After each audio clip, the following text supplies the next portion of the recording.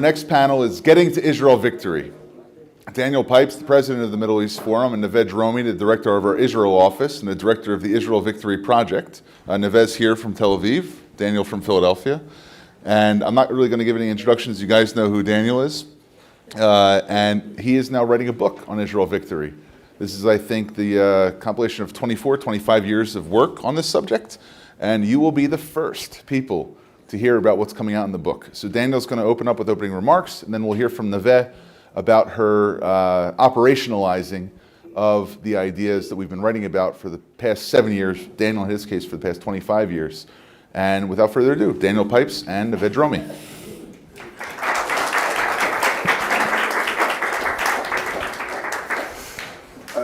Thank you, Greg, and thank you, everyone, for joining us today. I particularly want to thank the last panelists for what I thought was a wonderful presentation. I believe that we come together like this to dialogue, as they just did. I believe that speakers should be short, but I shall now neither dialogue nor be short, since I'll be presenting a book, so it does take time. And I'd like to start by noting that just a few weeks ago, the World Happiness Index was produced by the United Nations. And despite its somewhat frivolous title, it's a serious undertaking looking at both objective and subjective factors. And believe it or not, after Finland, Denmark, and Iceland, number 4 most happy country on earth is Israel.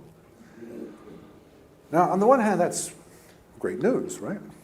On the other hand, it's pretty peculiar, because Israel is arguably the only country on earth, but certainly the only modern democratic rule of law country on earth, that is haphazardly attacked by neighbors, as it just happened last week. And Israel's the only country on earth that has a sustained hate campaign against it, as we just saw yesterday with Nakba Day at the United Nations. So it's a little odd that Israelis should be so happy, even though they are under pressures that are unique. Israel's flourishing, to be sure, but there are major pressures. So what's going on? How can Israel be so accomplished, have so many successes, birth rate, water, creativity, high tech, you name it, and at the same time have this persistent campaign against it? And what can be done about it? I'm a historian, so I started looking at this historically. And I found, to my slight amazement, that back 140 years ago, at the time of what's called the first Aliyah, the first ideological movement of Jews, Ukrainians and Russians in particular, to what we'll call Palestine, there was, on both sides, let's call it the Palestinian side. These names are anachronistic, but for simplicity's sake, Zionist, Israeli, Palestinian. You see in embryo, back then, what you see today. In embryo. Now, it's not the same, of course. It was a handful of people, local situations concerning land use, grazing, water rights. But you saw right from the beginning that on the Palestinian side, they said no. The Zionists may have had legal contracts that were perfectly legitimate, but there were traditional uses of land and water, and these went against the Palestinian understanding. The Palestinians had Big Brother. They had the Ottoman Empire. This is 1882. Big Brother, the Ottoman Empire, who were behind them. The Palestinians had a history of violence. And what you see developing is, by the early 1900s, an ideology of rejection. And then you see with Hossein el-Amini, the most important leader in the 1920s, this turning into a international ideology where he gets support from outside. In the 1930s, you see the support of the Nazis, at which time this rejectionism becomes genocidal. And after the Nazis are gone, in come the Arab states. The Arab League is founded almost simultaneous with the disappearance of the Nazi regime. And then the Arab states disappear in 1973. And in 67, you have the Soviets come in with the Six-Day War. And in the early 70s, you have the Islamists come in. And just as the Soviet Union dies in the early 90s, you have the global left comes in. In particular, the collapse of South Africa creates a vacuum for the word apartheid. And Jimmy Carter comes out with Israel, the apartheid state.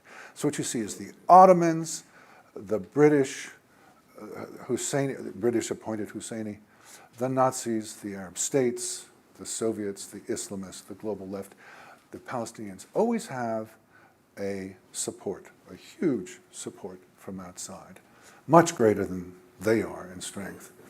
At the same time, what you see is a doubling down of this rejectionist response that was somewhat innocent in the 1880s, became an ideology, became a genocidal ideology, acquired all sorts of characteristics. Perhaps the most interesting of them is what I call Islamic Zionism, which is unlike Christian Zionism, not support for Jewish Zionism, but rather a rival to it. Already in the 1930s, Amin al-Husseini had a conference, international conference, about Jerusalem. And by the 1990s, with Arafat, you had a whole ideology about how there's eternal Palestine, eternal Jerusalem, and the Jews had their temple in Nablus, and so forth and so on. A supersessionist ideology. Just as Islam replaces Judaism, Islamic Zionism replaces Jewish Zionism. So you have this continuity. And it goes on. And it gains in strength. Nakba Day, the first Nakba Day was celebrated yesterday. American campuses, the well-known Squad. Less well-known, perhaps, to this audience is Gabriel Boric, the 36 or 7-year-old president of Chile, who is a radical, and a radical on this issue. Didn't accept the bona fides of the Israeli ambassador. And also, perhaps you don't know, but only a few weeks ago, Hamza Yusuf became the first minister of Scotland. He's a Pakistani who is friendly with the Islamists. So this is growing. The rejectionist Palestinian ideology goes back to then and grew. On the Israeli side, you see something similar. From the very beginning, the Zionists were tiny in number, and the Ottoman Empire was not friendly to them. And so they had to have a mix of policies, one which was to punish. You graze your sheep and cattle on our lands, we'll take them hostage, and you have to buy them back. And the other was beneficial, enriching. You behave well towards us, you will benefit from modern agronomy, new roads, you'll get wealthy. If you look back at the very first statement in 1882 by this tiny group of 13 people called Bilu, B-I-L-U, they talked about enriching Ishmael. In other words, the Palestinians, what we now call Palestinians. If you look at Herzl, if you look at the Old New Land, Altneuland, the only Muslim figure there is grateful that the Zionists have come because he's richer. If you look at Ben-Gurion's practical politics from the time of the British occupation till the mid-1930s, he practiced this. He kept on saying, look, you'll benefit from us. If you look at Dayan, the Dayan policy after 1967, when the Israelis took the West Bank and Gaza, it was exactly the same. We'll punish you if you misbehave, but you'll benefit. Everybody will get richer if you behave.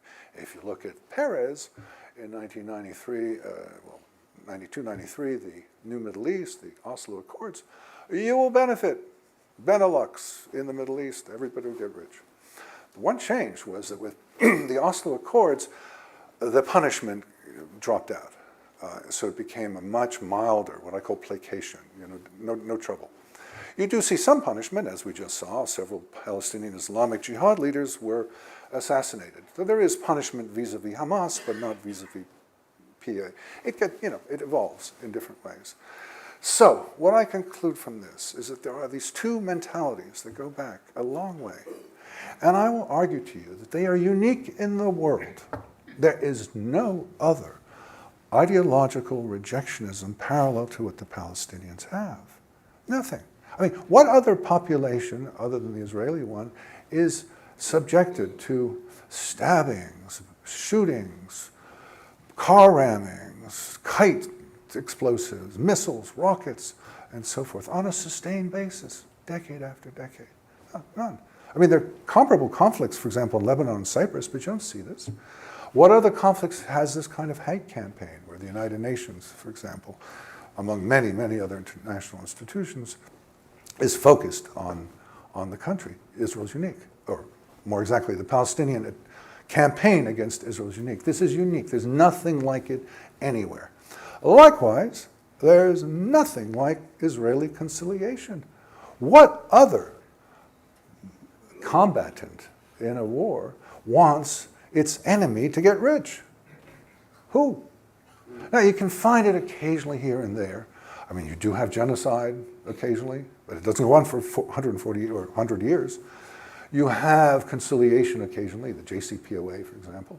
You have examples. I'm not saying it never happens, but you don't have it happen decade after decade after decade.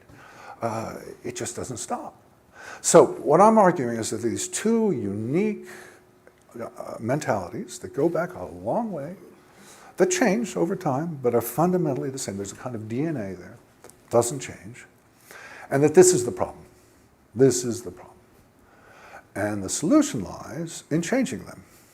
So in the first place, the Israelis need to become aware of their conciliation, their bizarre response, and change to what I would call a victory mentality. You're not there to enrich your enemy, you're there to defeat your enemy. And defeating the enemy means demoralizing the Palestinians. I think the key to the Palestinian rejectionism is their hope that they can destroy Israel. A parent will lose a child willingly if the parent believes the child is lost his life in the cause of something important and productive.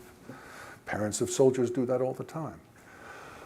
Parents of Palestinian martyrs, as they're called, do that all the time. If they don't have the hope, if they don't believe they can win, if they don't believe in their cause, then they won't be willing.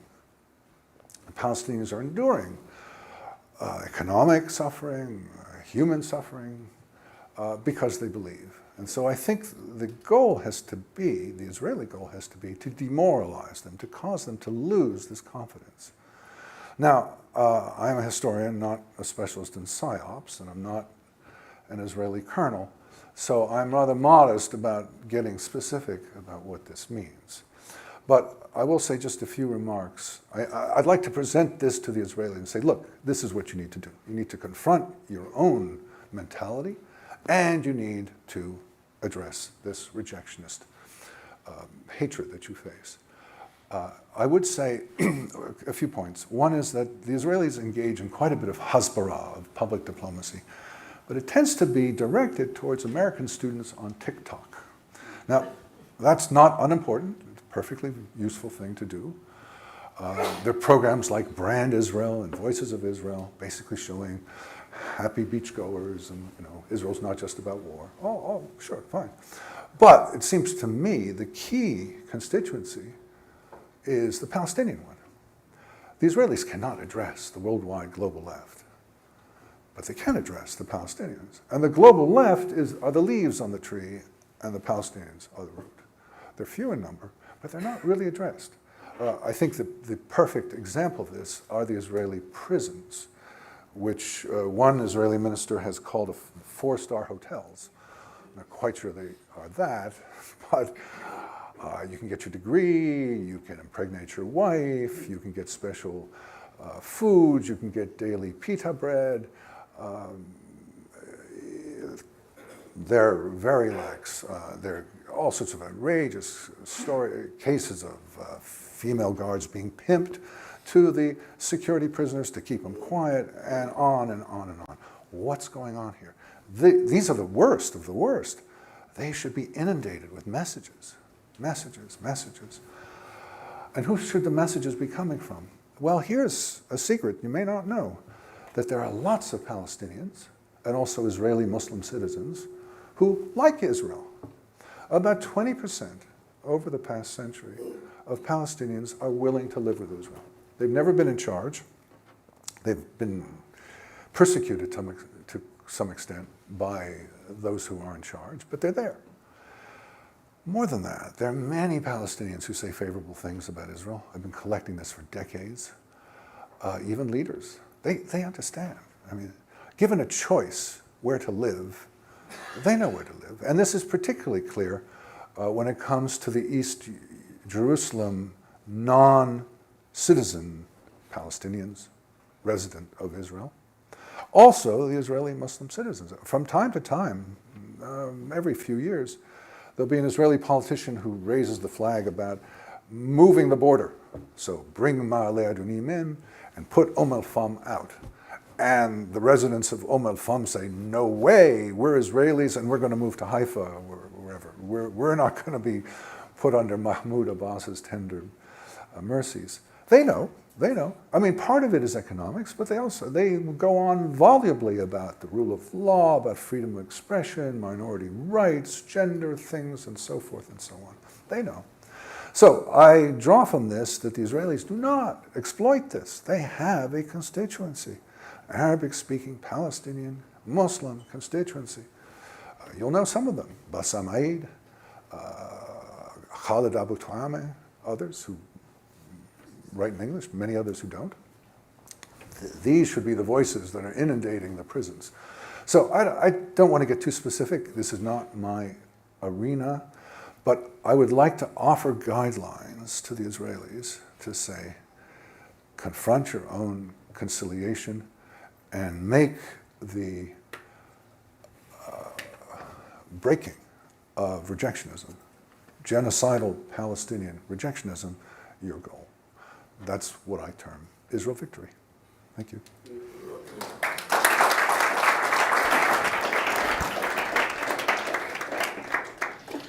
Just move the podium out of the way. And the next step of this is we've heard Daniel's ideas, what he intends to present to the Israeli government, but I'd like to hear a little bit from Nave Dromi about how exactly these ideas on a day-to-day basis are being executed. What is the Israel Victory Project in Jerusalem and Tel Aviv doing? And how are you going about trying to inform the Israeli public and decision makers on what exactly it is that we're trying to push there in terms of a new paradigm for how to solve the conflict? So first of all, thank you for having me here. Thank you, Greg and Daniel, for having me here. And it's an opportunity to also thank you for supporting my book, which was published this year and deals with Israel victory in a unique way. I also want to thank you for being so polite and accepting my, as my friend calls it, my Shakespearean English. And I hope you'll be able to understand me well in the near future. In the next 5 minutes, feel free to ask me any question. Before I'll answer your questions, I want to take what Daniel spoke about and try to put the foundations for what Israel Victory Project deals with in Israel. And I'm taking you back to the Oslo Accords that Daniel just mentioned. I was a kid back then in Israel. Greg, maybe you remember this. I mean, you know this time. And while buses were exploded, and if you saw someone with Middle Eastern figure and a big coat going on the bus, then you would go down from the bus. And in Purim, then we got used that there are the buses are explosion, that you can't go to the malls. And during this time, what the government told us, what the security establishment told the citizens of Israel, that the thousands of victims are victims of peace. That this is what we have to pay if we want to have peace. And if we'll go a decade after the disengagement from Gaza in 2005, we were told by the security establishment and by the government that this will make Israel more safe, that we will every rocket that will be sent from Gaza, we will answer in our rockets. And you all know that none of this happened, that just last week we had, I think, the 5th or the 6th operation since the disengagement of Gaza.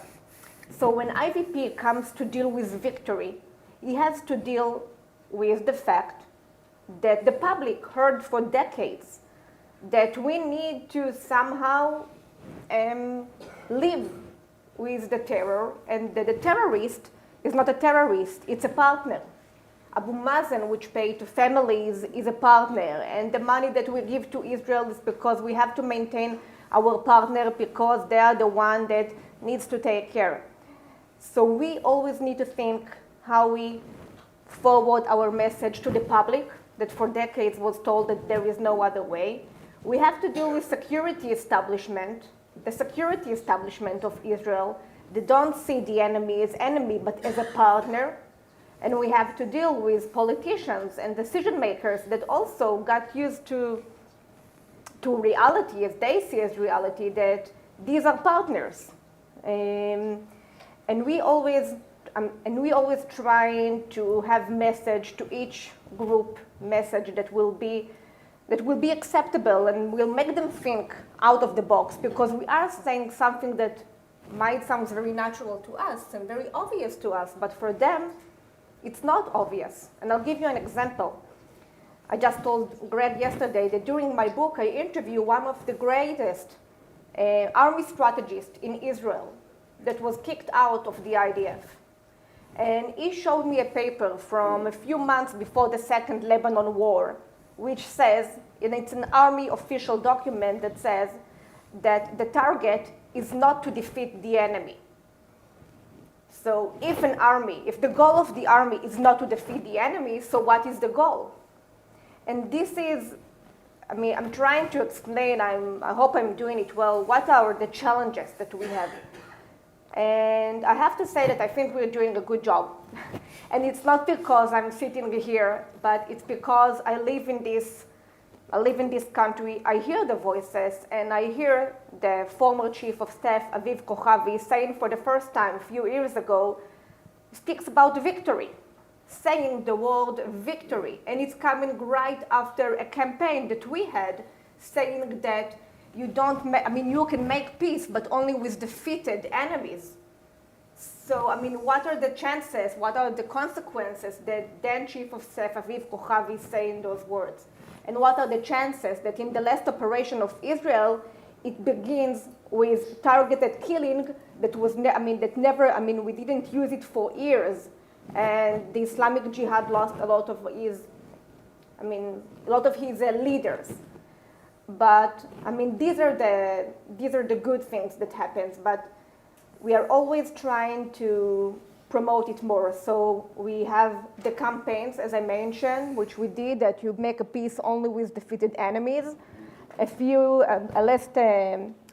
we had another campaign saying that a peace will actually be if the Knesset members, the Arab Knesset members that attack Israel and choose the Palestinian narrative time after time, Ahmed Tibi and Ayman Oda, we will know that the peace is really here only if they will neglect the Palestinian narrative and realize that Israel is their country. By the way, Ayman Oda just announced that he is leaving the political life. And we are working all the time to promote it. We met all the high-profile politicians, Ayelet Shaked, Naftali Bennett back then, Elazar Stern, Benjamin Netanyahu. We even sat down, Greg and I, with Mansour Abbas from Ra'am, which is an Arab party, and spoke with him about Israel victory, which is something that I think no one ever in the world, I would say, done before. Sitting with Mansour Abbas in the same room, in his party offices, and speaking with him about this. And we have caucus in the Knesset. So we had the caucus in the Knesset before the Israel political storm with 5 elections time after time. And then in the last government of Yair Lapid and Naftali Bennett, we built again the caucus, which was the 3rd in its size in the Knesset.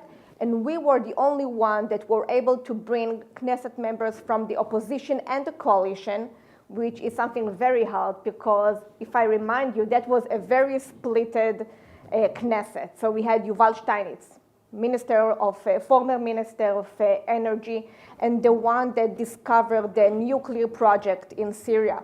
And we had Tzvika Hauser, and we had Evgeny Soba from Israel Beitenu. Tzvika Hauser is from New Hope of Gideon Sa'ar. And all these three people, which their parties won't change a word between each other, sitting in the same room speaking about victory. And that was a huge achievement. Of course, it got covered in the media, in the newspapers, and also Yuval Steinitz talked for the first time in this caucus about the things that he did, with the nuclear project in Syria. And it was next to our name, next to the Israel Victory Project. And beside the campaigns and beside the Knesset, we are making sure that we are writing articles. We've already had hundreds of articles that were published in Hebrew, in English, in Russia. We are now going to publish a policy paper about disarmament, thank you, of Gaza, which was an idea that no one speaks about. Someone talked about it a few years ago and done nothing about it, and we are the only one that are going to put this on the table. It was written by Yossi Kuperwasser, the head of the intelligence unit, former head of the intelligence unit in the army, and the prologue was written by Tzvika Hauser. I wrote some of the things because I'm not young, and sometimes I forget. But we also did polls. You see, it's a good thing that I write it down. We've done polls throughout the years to check what is the public opinion regarding victory. And we realized that even though the security establishment and the politicians always speak about peace and partners and how we should see Abu Mazen, I'm sorry I'm jumping out, but Abu Mazen just a week ago, which is the partner of the Israeli government, says that Israel is working like Goebbels of the Nazis. And this is the partner of the security establishment and the Israeli government. So we had polls showing that the Israel public is completely with us about victory. And I think with the years, when they see that we are right, we are gaining more and more support. We had, during the COVID, we make sure that we continue to work, and we had conferences. We had one conference regarding the lynch in Ramallah. If you remember, about 2 decades ago, a terrible lynch in Ramallah with the 2 reserve soldiers. So we were able to bring former IDF experts to speak about it. They were there during the event. We brought one of the family members of one of the victims to speak about what they've gone through. We had another conference speaking about 20 years from Chomat Magen defensive shield operation, which was the last operation that, according to some of the experts, was the last operation that Israel actually was winning, and it was in 2002. And since then, nothing. So we had the polls, we had the policy papers. You can help me because you're a part of it, but I'm a little bit more. But I want to take you back for a second. Yes. Because one of the things that Daniel talks about is how Israeli society, the whole of society, has to change its view vis-a-vis the Palestinians. Beyond the army, beyond the government, you're engaging with every single part of the Israeli population. We've had videos we put out with 3rd graders talking about what it's like to be under a rocket attack. You also go to, I'm trying to think of the politically correct word for this. Don't worry about PC. Okay. Homes for those who are retired that are no longer in independent living, naturally occurring retirement communities. I think they're called NORCs. And you go out and you speak to every strata of Israeli society. How do you do it, and how do they respond to you when you bring up things that Daniel writes about and other scholars write about? So some of the people tell me, you're so right, we got wrong, we lost the way, and we're so happy that someone speaks about it and doesn't afraid that people will call him a militant. And then, of course, you meet people that tell you that you are dangerous and that you are promoting the war. And then my answer is that if I'm not wrong, then they are attacking us all the time. I mean, there is war all the time. Don't we want to try and end the war? Don't we want to try something different? I mean, we've tried the same thing for the last decades, and we didn't try to gain victory. This is the only thing that we didn't do in the last years. And I will tell you a story. Greg and I sat with Yair Golan, former Knesset member Yair Golan, in his house. And Deputy Chief of Staff. Deputy Chief of Staff. And famous for? Famous for his speech during the Holocaust. That's what you wanted to say? Yes. Yair Golan, I think it was 3 years ago, in the Memorial Day of the Holocaust, he said that Israel going through the same events that Europe have gone through during the 30s and the 40s of the... Germany. Yeah, Germany. And you were surprised to hear that Yair Golan was accepting. He was friendly to... The number 2 of Meretz, the most far-left Israeli political party, far-left Israeli non-Arab, not solely Arab political party, unless we're counting the communists. We're sitting in his living room. His wife is on the side, and what did he say? He talked about that there is no, that in the end of the day, if you want to defeat your enemy, then you have to face him. And he told me this when I interviewed him for the book. I told him, Israel is always going to force from the air. We saw it now with the killing targeted. And he said, in the end of the day, you have to look in the white of the eyeballs of your enemy if you want to defeat it, if you want to defeat him. And as Greg said, this is former number 2 in Meretz. So you can get responses from Yariv Oppenheimer, which was the CEO of Peace Now, saying that we are dangerous and we are risking the life of Israelis. And he would tell me that there is no example in the history for peace after defeat. And then I asked him, so how, I remember I talked about it with you, about how Germany was defeated and how Japan was defeated. And these are examples. And Israel defeated terror organization in its past during the 50s, and it's not doing it anymore. So this is my response to Yariv Oppenheimer and others telling me that I'm risking people's life, because as I see it, the only one that risking people's life are the Palestinians that kills Israelis, and those in Israel that doesn't give it the right answer. And I believe the right answer stays here. So, Daniel, I want to shift to a question to you for a second. You've been engaging and dialoguing with Israeli leaders since you started the Middle East Forum and even beforehand. How has the conversation evolved from the talks that you had prior to Oslo, during Oslo, after Oslo? How are Israeli politicians responding to you when you bring these ideas up, coming from the United States and doing briefings in Jerusalem? Before answering, I'm also not that young, so I also forgot something. The conclusion to my presentation somehow disappeared, which is the following, that everybody gains. Obviously, the Israelis gain. They're not being murdered and they're not being calumnied around the world, clearly. Obviously, the Palestinians gain because they're no longer they're no longer under the weight of this vile genocidal ideology, but are liberated to pursue their own polity, economy, society, and culture. They can do something. And finally, a little twist, the Israeli Muslim citizens gain as well, because right now, as I mentioned earlier, they want nothing to do with the PA or Hamas, but were, in some future date, West Bank and Gaza to be normal places, then it's perfectly possible, not that they would move there, but that the boundaries would move, so that al-Fam would become part of the West Bank, and Ma'ale Adumim would become part of Israel. Not necessarily contiguous, but it would happen. And everybody would be happy, because the Israeli Muslims don't want to be living in a Jewish state, and the Israeli Jews are not that keen on having Muslims as part of their country, so everybody's happy. So that's the part I forgot to tell. So how have things evolved? Well, I came up with this idea in the late 90s in response to Oslo. I've been going back and reading the debates of the time and my own writings at the time, and it's almost surreal.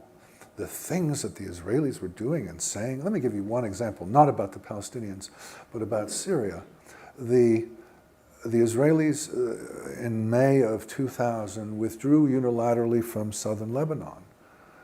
Clearly they were defeated, right? The Lebanese and Syrians kept throwing things at them and killing them. The Four Mothers movement emerged, and they withdrew suddenly, unilaterally, completely from southern Lebanon. And the discourse in Israel was, well, this will show Hafez al-Assad in Syria how tough we are. It really was. It really was. I actually had to write an article saying, no, that's not true. It was a wild, strange time. And so I came up with this idea in response. Hey, no, this isn't working. At that time, I had the feeling that 3 to 5% of Israelis agreed. It was a completely marginal position. The overwhelming majority of Israelis took what they were told by the government and accepted it. And then it broke step after step. I think the key moment was between 2008 and 2009 with the end of Olmert and the beginning of Netanyahu. Things started to change for real. And by now, our polling shows that a substantial majority of Israelis agree. 65, 75, 80%. It's a huge shift. The security establishment, as you just heard from Nave, is the problem. It's not the left. It's not Meretz, which isn't even represented. But even if it were represented, it's marginal. The problem is the security establishment. And what's happened is that you have two security establishments. You've got the Iran security establishment, which is the one you know, the military one that wants to win. And then you've got the Palestinian security establishment, and it means IDF and Mossad and Shin Bet and all the other many services, including the prison service, which want quiet. They're a police force. They're interested. What does the police want? It wants quiet, no damage, no destruction, no harm to people, and that's success. Police force doesn't win, it keeps the quiet. And that's what the security establishment is there. And in part, it's internal, having to do with what I explained before, going back a long way. In part, it's international opprobrium and many different factors. But they have made this their own, and they're reluctant. Though we are finding considerable number of voices, of particularly ex-flag officers who are willing to speak out, who are critical. Nave mentioned Yossi Kuperwasser. He's a reserve major general, brigadier general. We have many allies, so we feel we're getting someplace. It looked hopeless 20 years ago. It looks hopeful now. I want to address some of the things you said. I think another event that changed the view of the public in Israel towards victory was the release of more than 1,000 of prisoners for Gilad Shalit. I'm not saying that it was right or not. I'm not getting into it. I'm just trying to reflect the sense in Israel, because you see that some of the terrorists that were very active in the recent years are part of those groups that was released. And these days in Gaza, there are two bodies of soldiers, Sadar Goldin and Oron Shaul, and it's the first time that there is a family of a soldier that his body in Gaza that's saying we are not willing to release any terrorist to get our son body back. And laws were passed to that effect as well. I did the calculation. I looked at the trade in live individuals, not bodies, between the Israeli government and the Palestinian various groups, and also Hezbollah. And I did the math, and it came to something on the order of 500 enemies of Israel for each Israeli. 500 to 1 was the ratio. I mean, over a period of about a decade. That stopped. And also I will say something about politicians that we work with. So some of our problems is that, I don't know if you noticed, but politicians can be very cynical and they have interest. And we had politicians that we used to work with that were very on our state of mind. And then something changed in the Israeli politics and they changed their mind regarding the victories. So we are This is why we are always we are making sure that we have a connection with different Knesset members from different parties, because you can't know in the Israeli politics what will change and who will move from one party to the other. She's being polite. I'll name names. Avigdor Lieberman, we talked to, and he was the one who appointed Aviv Kochavi, who was the chief of staff who talked about victory. Lieberman once came away from a meeting. He was Minister of Defense. He came away from a meeting, and he said, "You know, when I talk to my generals, I have a feeling I'm talking to peace now." So he was tough. Nowadays, he talks like Shimon Peres. I want to see Gaza become the new Singapore. I want to get rid of jihad and have prosperity. Complete change. Complete change. And I will tell you another, it's not a gossip, but it might sound a bit gossip, but it's connected to what you said before about the security establishment. So during my interviews, I had the chance to speak with different, I sat with Yair Golan and Chico Tamir, which was two of the three Machatim. How do you say Machat? Mefaked Chativa. The regional commanders. Yes, during Operation Defense Shield. And then they tell me that during this operation, which was very successful, they are asking from Ariel Sharon and Shaul Mofaz, who was the chief of staff, to go into the cities of Jenin and Shechem and destroy the terror, the cells, we call it in Hebrew cells of terror.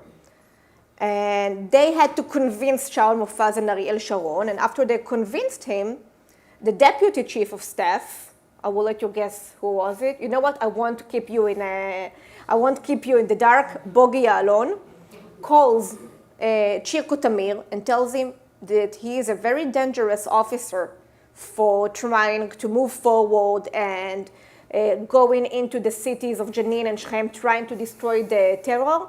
I will give you another taste of what's happening. Chico Tamir was not promoted in the IDF.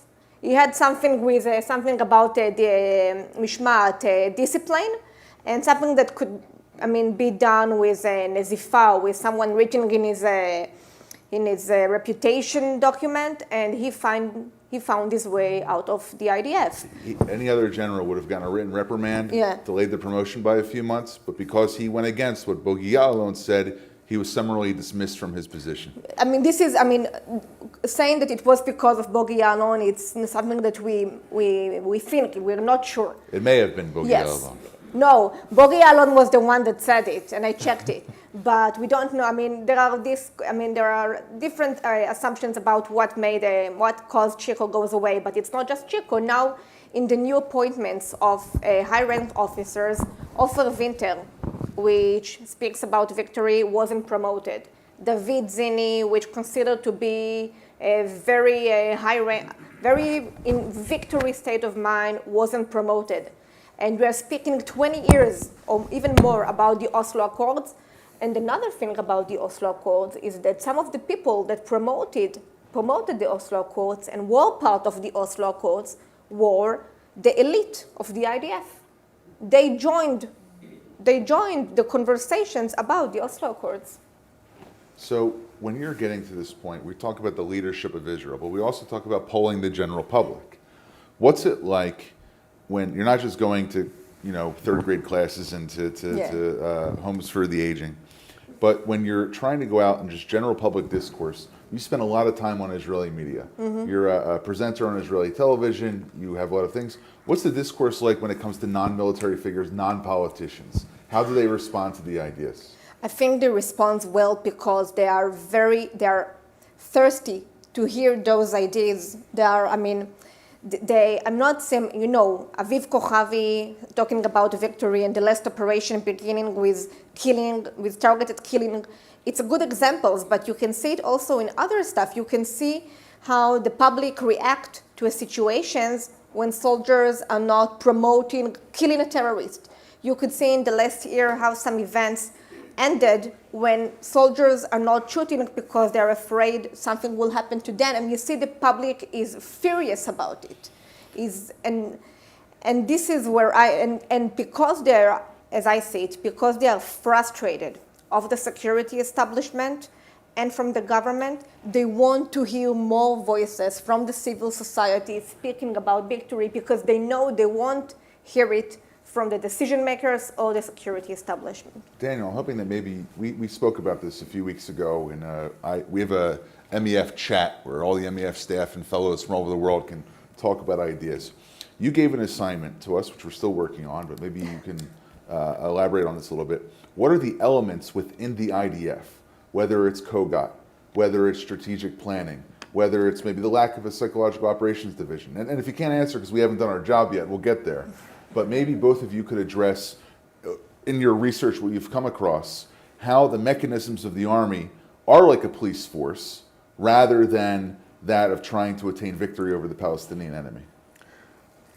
I can't give you too many specifics. Okay. I would say that the emphasis is on the larger world. And there's a sense that I pick up a sense of giving up in advance to influence the Palestinians. The Palestinians are who they are, and you can't do anything about them. There was a private conversation that was released a few weeks ago in which the chief of police said, you know, the Arabs, they kill each other. You know, he didn't know this was going to become public. Quite embarrassing, but it does present a mindset. The sense I get is that among the grizzled security types, they see the Palestinians as unchanging, hopeless. I compare it to lions and hyenas. You know, they're permanent enemies. Lions and hyenas will always be fighting each other.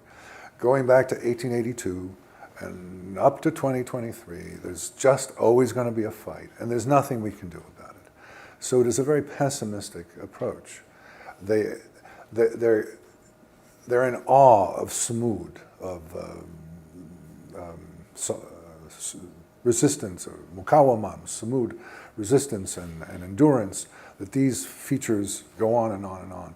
To which I say, you know, the Germans and the Japanese were sure a lot stronger, and they changed, so why can't the Palestinians?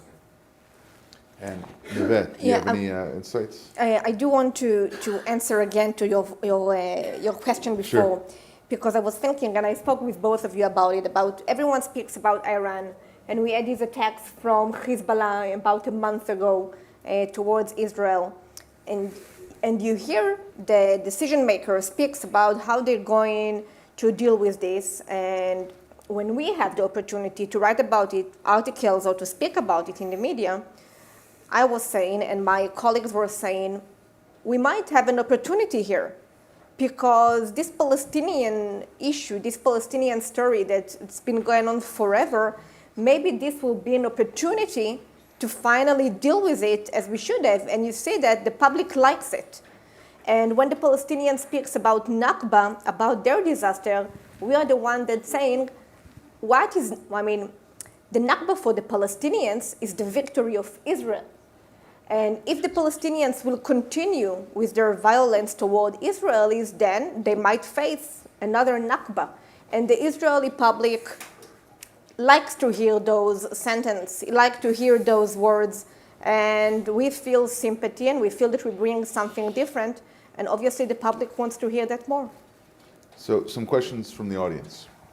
Can your victory proposal succeed with the Palestinians when outsiders, for instance, Iran, the Muslim Brotherhood, continue propaganda and military support? As I indicated, there's always been outside support. I forgot to mention Iran, but Iran, yeah. Global left and so forth. Yes, I think it can. That is very important. This is not some obscure African liberation front that nobody's ever heard of. This is the world's darling in terms of revolutionary groups. But it doesn't do them a lot of good in practice. And I think were the Israelis to take the right approach, there would be a sense of demoralization and even despair. This isn't working. And on the few occasions when the Israelis have, for example, in 2001 to 2, under Ariel Sharon, there was a policy of economic deprivation. And it succeeded. It didn't go on for very long, just some months.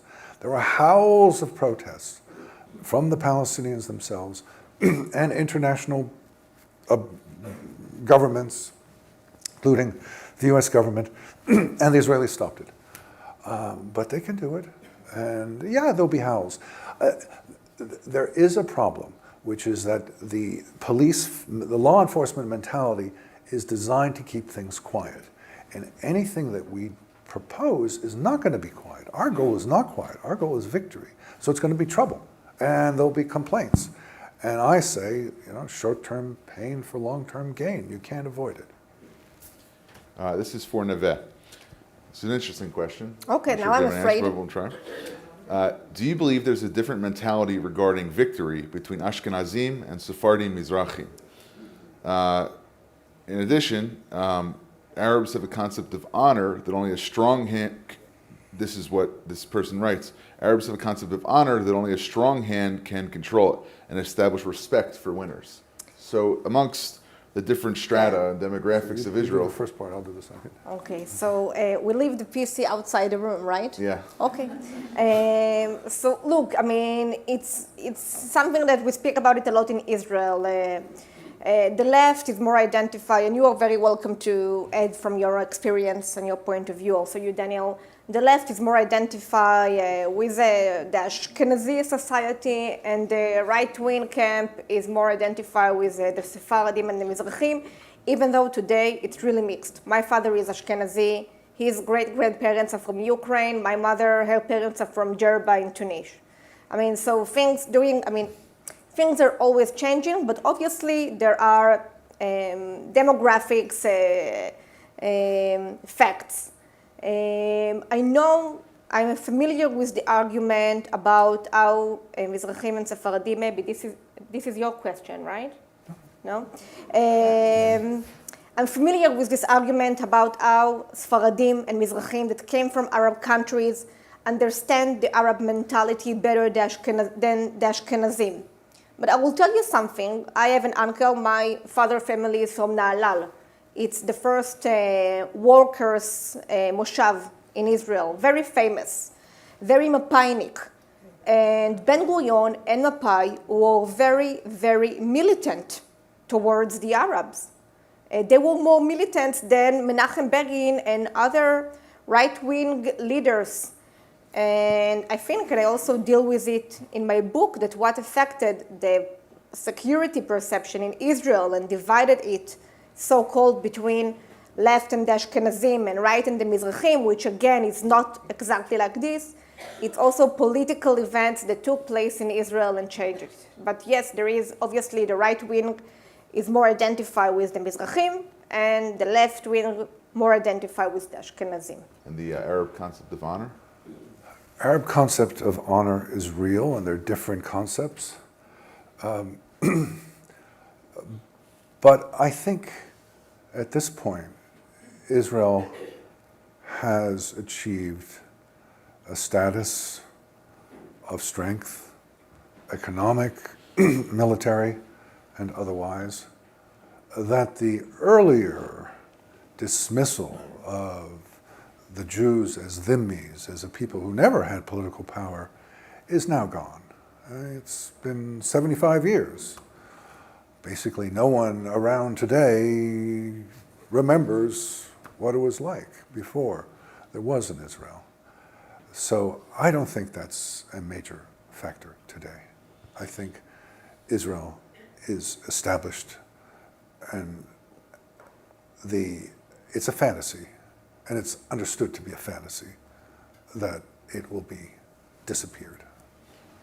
This is for both Nave and for Daniel. In the last Gaza war, why didn't Israel insist that the Islamic Jihad disarm? Do you want to start? Go ahead. The truth is that I don't know. I don't know. You can also ask why Israel didn't attack Hamas. And I have my theories about why Israel didn't attack Hamas, but I think that the idea of disarmament is not strong enough among the decision makers and the politicians. And I think there are other reasons which I'm not aware of. You You can also ask why Israel cared that Hamas is getting control over Judea and Samaria. Why Israel is keeping Abu Mazen alive. Because if Israel want, they can just leave Abu Mazen and he will finish his political life and Hamas will take over.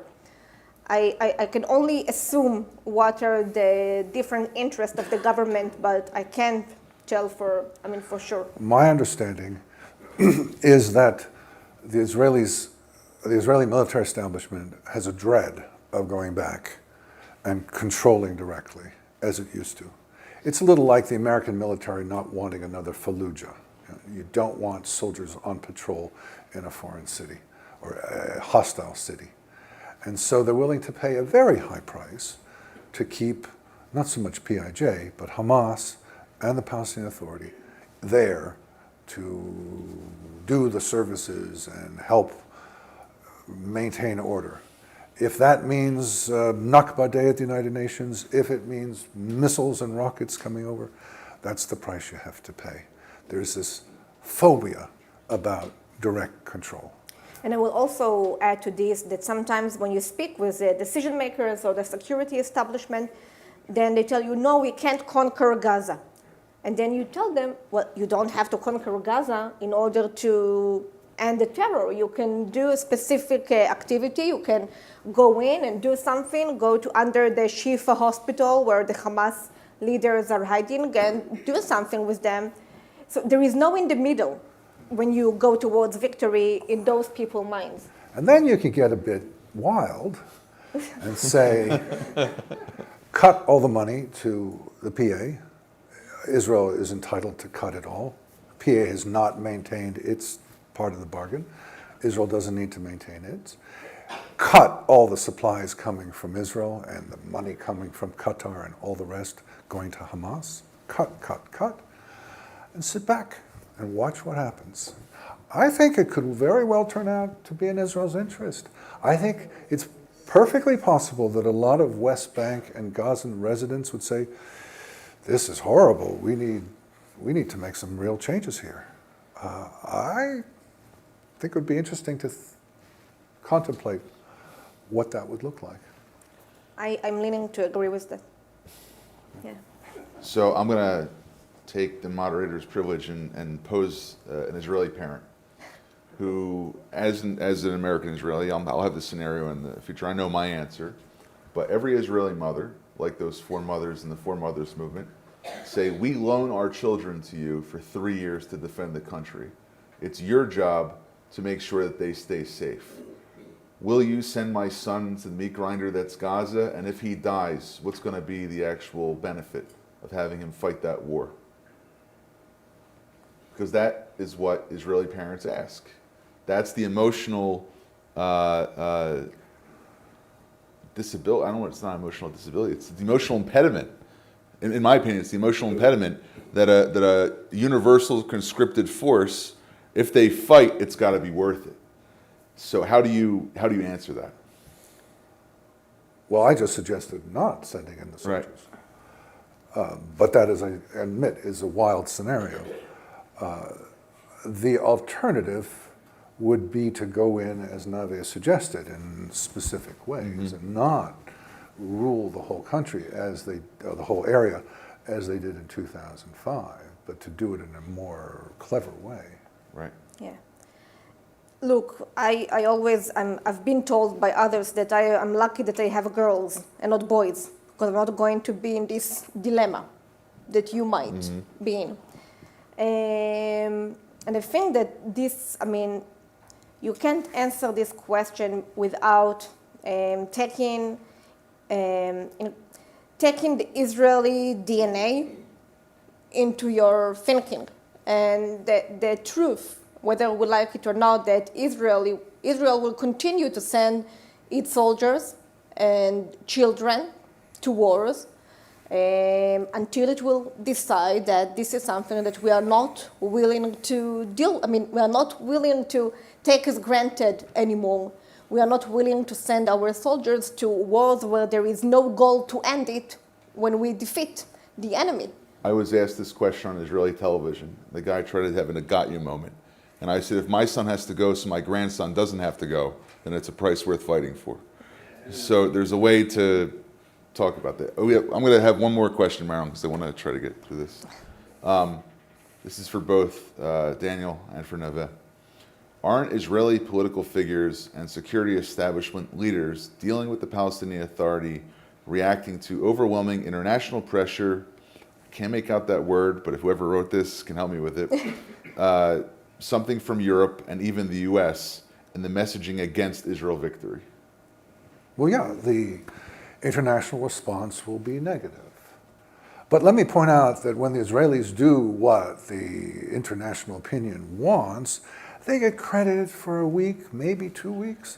I mean, think of the withdrawal from Lebanon, think of the withdrawal from Gaza.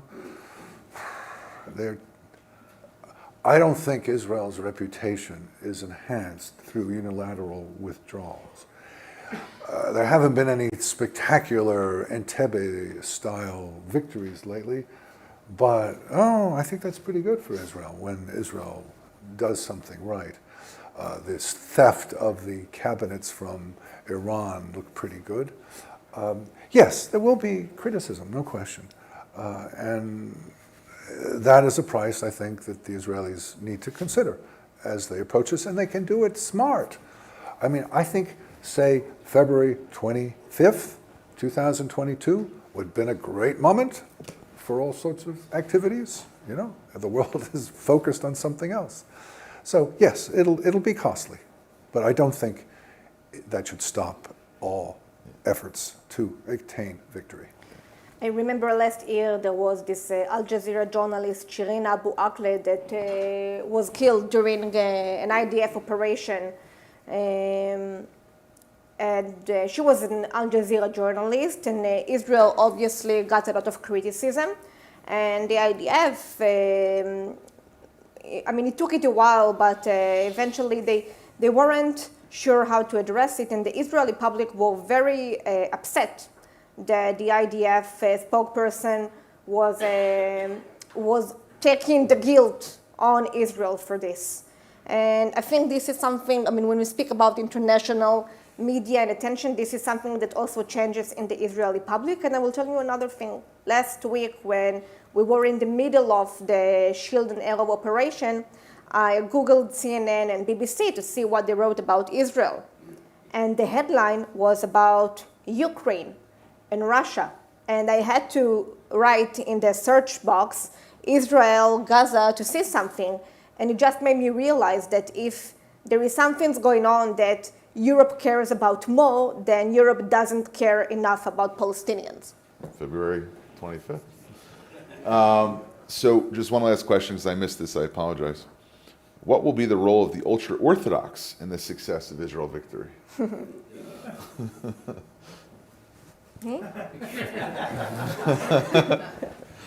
By the way, you said in the beginning of your things that Israel considered to be one of the most happiest places, right? So they've done a poll inside Israel, and they figure out that the ultra-Orthodox public is the happiest in Israel, which also raises some questions. I don't know what will be. I think that it's a political question, and you have many opinions about it. I think that Israel has many challenges regarding, it's not the same community, it's not the same group, but looking 2 decades to the future, 3 decades to the future, Israel somehow needs to get the ultra-Orthodox be more mixed in the general society, also the Israeli Arabs. And the IDF is a big question, which I don't think I have the tools to deal with it here. To answer your question. Just to give 2 examples, we've had members of ultra-Orthodox political parties which have joined the caucus and the Knesset supporting the Israel Victory Project. So that's one. There's political participation. 2, we've done events in ultra-Orthodox kollels inside of yeshivas and different ultra-Orthodox institutions, I guess, speaking about the topic. And they're very much in favor of it. But they just say, we'll pray for you to win. We're not necessarily going to join you on the battlefield. Yeah. So they just interviewed me to Kol Barama, which is an ultra-Orthodox radio station. So they want to hear the voice. I mean, politically, they are with us. Right. They just won't publish your book in the paper. Sorry, it was an unfair shot. But okay, Jim, we'll talk afterwards. Marilyn, thank you. I want to thank Daniel Pipes and Nave Dromi for this presentation on getting Israel victory.